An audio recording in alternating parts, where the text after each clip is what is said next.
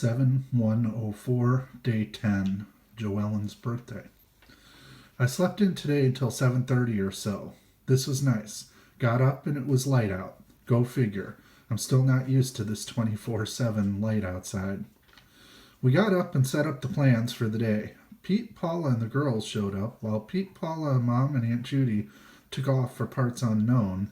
Dad, Beth, the girls, and I headed over to the Alaskan Zoo. This was a blast. The girls had loads of fun running around and seeing all of the different animals.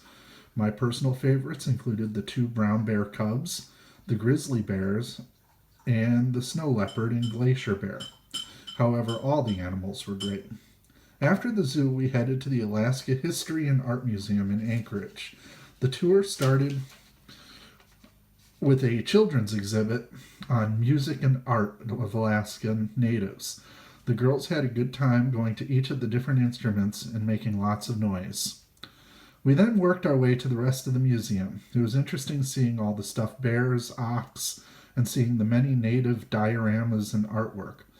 We then headed downstairs to the art gallery after signing in upstairs. I wonder where the others had gone earlier. So I assumed they had stopped in there. There was a special exhibit by Fred, and I couldn't get the last name. I thought his work was really nice. His dogs, in particular, looked like they could come right out of the picture. I also really liked all of the blue color that he used within his pictures.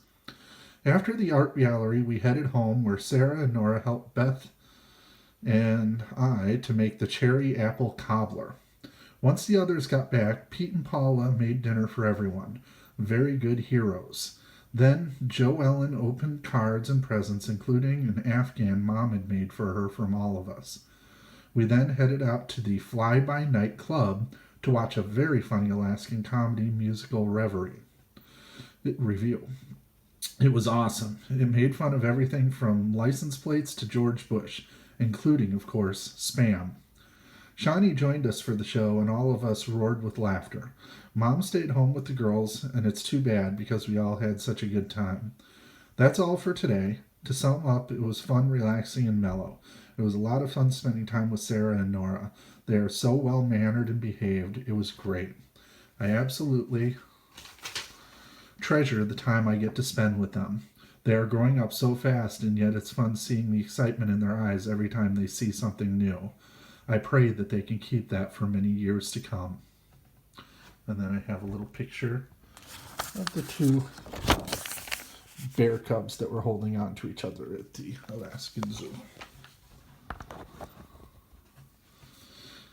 7/2/04, day 11, Friday. The early morning drive for Moose didn't work today.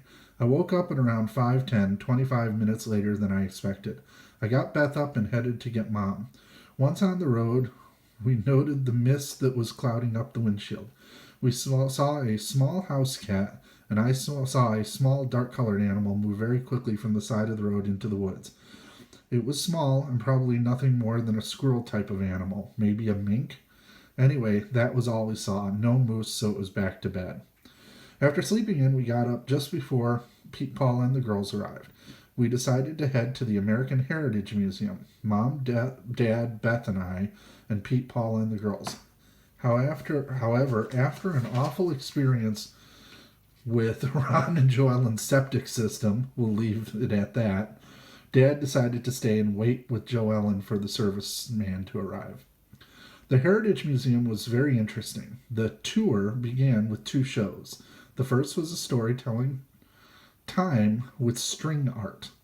It was incredible how the guy could create so many shapes with just a loop of string. It was also neat to hear how the elders teach the children their culture through stories. Next came a traditional song and dance group made up of representatives of some of the major tribal groups in Alaska. This was very fun to watch, especially because you could tell they were having a lot of fun performing. For the last number, they wanted members of the audience to join in. Paula's attempt to get Sarah on stage failed, but we had fun anyways. After the show, Mom, Beth, and I split away from the others so we could go through the exhibits quickly. Each outdoor village was unique and interesting. Each had representatives from that tribal group there to explain. They were very friendly and willing to share their culture. Some of the things that stuck out included the seal fur gloves, the men's lodge, and the frozen bowhead whale meal. The French word Eskimo, raw meat eater, and the house built into the hill underground with many small doors from the Kodiak Island area to keep out the bears. Just as we finished, Dad showed up. We headed in while he made a quick run outside. While waiting, we saw an awesome display of high kicks by some of the teenagers. Sarah would have loved seeing this. We also managed to get into the gift shop before Dad returned. Once Dad got back, we headed into Anchorage for lunch and some shopping. We had a lunch at a brewery, and the food was excellent. The purchases we made shopping included t-shirts, a stuffed moose, a necklace for Beth, postcards, and our big Alaskan purchase, a print. The print is framed and called Blissful Breeze by Charles Gauss. We're very happy with it. We then headed back to Ron and Joellen's. Once we had dinner and let the girls play to their heart's content. This was a lot of fun and everyone seemed very calm and relaxed. The kids were in heaven when Shawnee showed up with River, Gunner, and Fisher for them to play with. They had an absolute ball. Eventually, Aaron showed up and we got a group family picture. The only ones missing were Jason, who had to go to work, and Lee, who none of us have met yet. None of us, meaning Beth and I. Right after the picture, it was time to say goodbye to Pete, Paula, Sarah, and Nora as they were heading home tomorrow morning. This was the low point of the day and was exceptionally difficult for Sarah. With that done, we spent some time with Shawnee and the kids.